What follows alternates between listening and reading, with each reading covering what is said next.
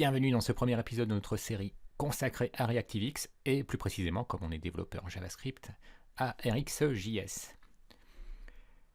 Donc ReactiveX, la programmation réactive, ça vous permet de pouvoir gérer facilement des flux en fait de données. Donc alors, les données, ça peut être des requêtes asynchrones, ça peut être des valeurs de différents types, des strings, des numpers, ça peut être des animations, ça peut être énormément de choses qui arrivent dans le temps. Alors généralement de façon asynchrone, parfois plus rarement de manière synchrone, et tout ça repose sur deux choses, les observables et les opérateurs. Donc on va voir comment pouvoir jouer avec les flux et notamment les observables. Alors pour ça, il faudra simplement, comme je l'ai fait ici, utiliser un CDN, en l'occurrence Cloudflare, et récupérer RxJS dans sa version 5. C'est la version qui va être de plus en plus utilisée. Là, vous avez vu, c'est la bêta 9. Et comme j'utilise Chrome, et que je vais largement utiliser les nouveautés d'ECMAScript 6, donc je n'ai pas besoin d'utiliser des polyfills ou Babel, mais si vous n'utilisez pas une version récente de Chrome, n'hésitez pas, je vous décommande ça, à rajouter en plus browser.js de Babelcore et Babelcore browser polyfill.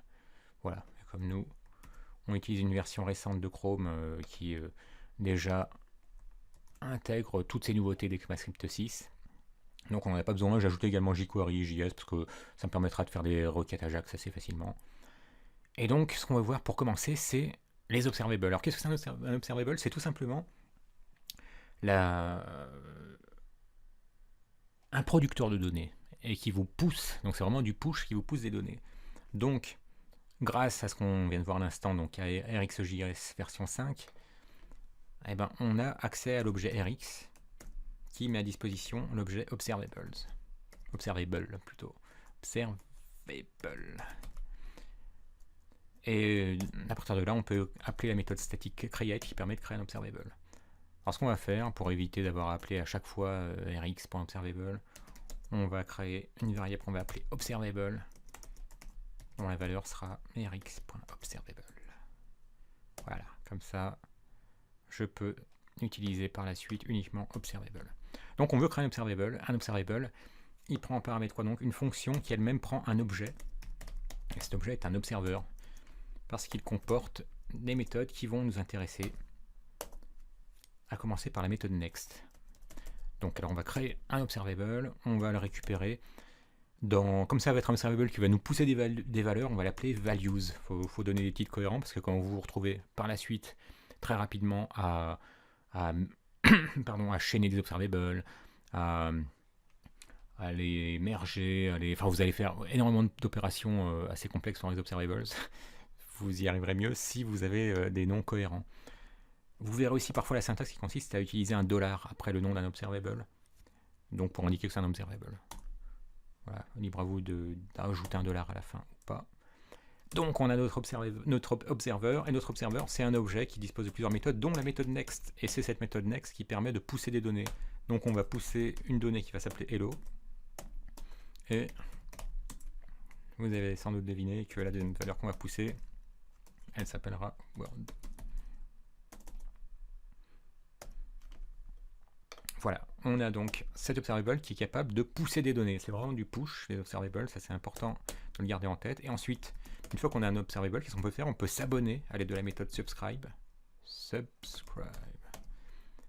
Et la méthode subscribe, elle prend jusqu'à 3 handlers. Et pour l'instant, on va commencer avec un seul, c'est celui qui est capable de recevoir les données de l'observable. On va appeler ces données data, et on va simplement faire un console.log de ces data. On sauvegarde. Alors, pour avoir un serveur web, à peu de frais si on peut dire, comme c'est très facile d'installer Python 3, vous allez sur le site de Python, vous installez Python. Si vous avez un Mac ou un PC qui tourne sous Linux, c'est encore plus facile, Python est déjà installé. Sinon, vous pouvez faire un npm install de HTTP-serveur, je crois vérifier, ou light server, il y a aussi, ça vous permet d'avoir un serveur aussi à moindre frais. Mais bon, moi, comme si vous êtes habitué à cette chaîne, vous avez dû voir que je lançais assez souvent un serveur web à l'aide de Python, donc c'était python-m pour la version 3 http.serveur. Ça va lancer un serveur sur le port 8000. Voilà, on rafraîchit. Et là, on va voir notre observable qui va nous pousser des données. Et qu'est-ce qu'il nous a poussé? Il nous a poussé hello, puis il nous a poussé world. Donc vous avez vu, l'observable, à chaque fois que next est appelé, eh ben, il vous pousse ce qui est passé en valeur à next. Et le subscriber, lui, il est assez passif, en fait. Il reçoit ces données. Donc si on avait mis... je sais pas, on va mettre l'année. On est en 2016. Peut-être qu'on ne sera plus en 2016 quand vous regarderez cette vidéo. Donc vous avez vu, boum, boum, boum, à chaque next, il est capable de nous pousser une donnée. Donc vous avez vu, c'est la différence avec une fonction, c'est qu'une fonction, ça vous retourne qu'une seule valeur ou un seul objet. Et un observable, il est capable, à chaque fois qu'il appelle next, de vous pousser une donnée supplémentaire. C'est pour ça que c'est utilisé également avec les WebSockets. C'est utilisé pour vous pousser énormément de choses. Et c'est la différence avec les générateurs qui nous renvoie des itérateurs. Je vous en parle parce que c'est important. Si vous avez regardé la playlist consacrée avec Mascript 6, ici même, vous avez pu penser la même chose que moi en me disant bah, ok, mais c'est quoi la différence avec finalement un générateur et un itérateur? Bah, tout simplement, juste en guise de révision ou de découverte si vous n'avez pas vu encore cette playlist. Ça, c'est une nouveauté d'ECMAScript 6. Vous pouvez créer un générateur simplement en indiquant après le mot fonction une étoile. Ça indiquera que c'est un générateur. Et on va faire un générateur qui va nous retourner des fruits. Et un générateur, lui aussi, il est capable de retourner plusieurs valeurs. C'est pour ça que ça m'a fait penser aux générateurs sur le coup. Mais la grosse différence, c'est que un générateur, il peut retourner un itérateur, et l'itérateur, il a une méthode next, comme ici, hein, une méthode. Sauf que c'est la personne, c'est celui qui a envie de recevoir des données, qui fait du pool, qui tire les données. Donc je veux juste, pour aller jusqu'au bout de l'exemple, mettons qu'on veuille recevoir des pommes à l'aide du mot-clé yield. Si vous avez fait du C#, ça vous dira quelque chose. Hein. Ça fait quelques années que le mot-clé yield existe. Et en fait, yield, c'est comme return, sauf que c'est un return qui est capable de, à chaque fois, de reprendre à l'endroit où il s'était arrêté. Donc, la première fois que vous appellerez votre itérateur, il va vous retourner des pommes. Et la deuxième fois, il va vous retourner allez, des abricots. Abricots, des abricots. Et la troisième fois, on va dire des mangues, parce que c'est bon, les mangues. Même si c'est pas trop la saison, on est en juillet. Voilà. Alors ça c'est un générateur en ECMAScript 6. Et quand vous avez un générateur, vous l'appelez, il vous retourne un itérateur. Donc let 8 on va l'appeler itérateur. C'est vraiment pour montrer la différence et les similitudes qu'il y a avec observable et itérateur. Donc quand j'appelle fruit, ça me retourne un itérateur. Et l'itérateur, il a lui aussi une méthode next. Et chaque fois que vous appelez la méthode next, eh ben, il vous retourne d'abord ce qu'il y a au niveau du premier yield, pomme, ensuite au niveau du deuxième yield. On va faire un console.log également. Console.log.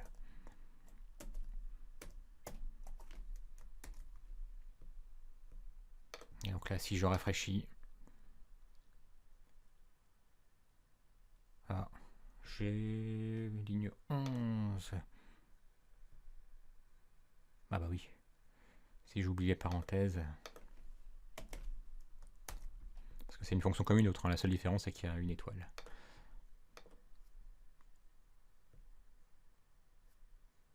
Voilà.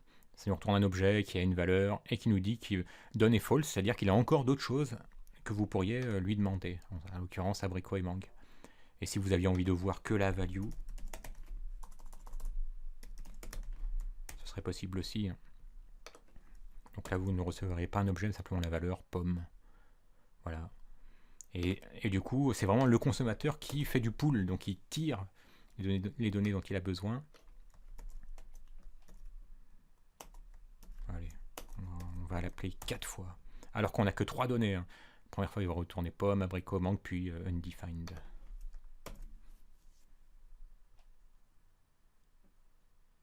Voilà, pomme, abricot, mangue, undefined. Donc c'est la grosse différence à retenir entre les observables et les itérateurs.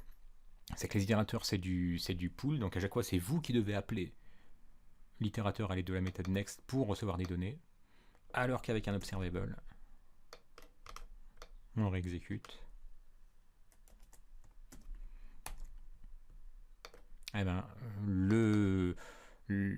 celui qui s'abonne à l'aide de subscribe, il reçoit toutes les données qui sont poussées par next.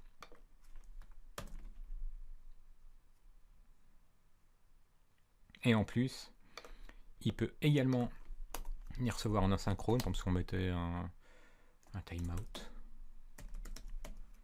On va dire au bout de 3 secondes. On va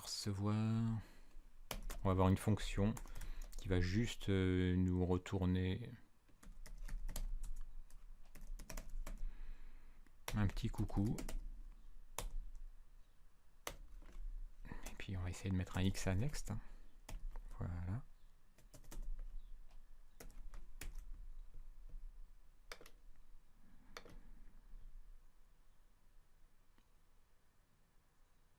Voilà, en synchrone, on reçoit nos 3 données, puis ensuite en asynchrone, à l'aide de cette timeout, on reçoit notre coucou.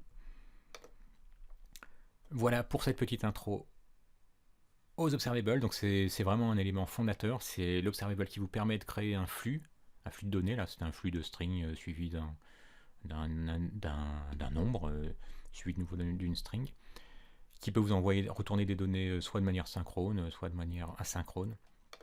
Et il suffit ensuite, quand vous avez un observable, de vous abonner à l'observable à l'aide de la méthode subscribe.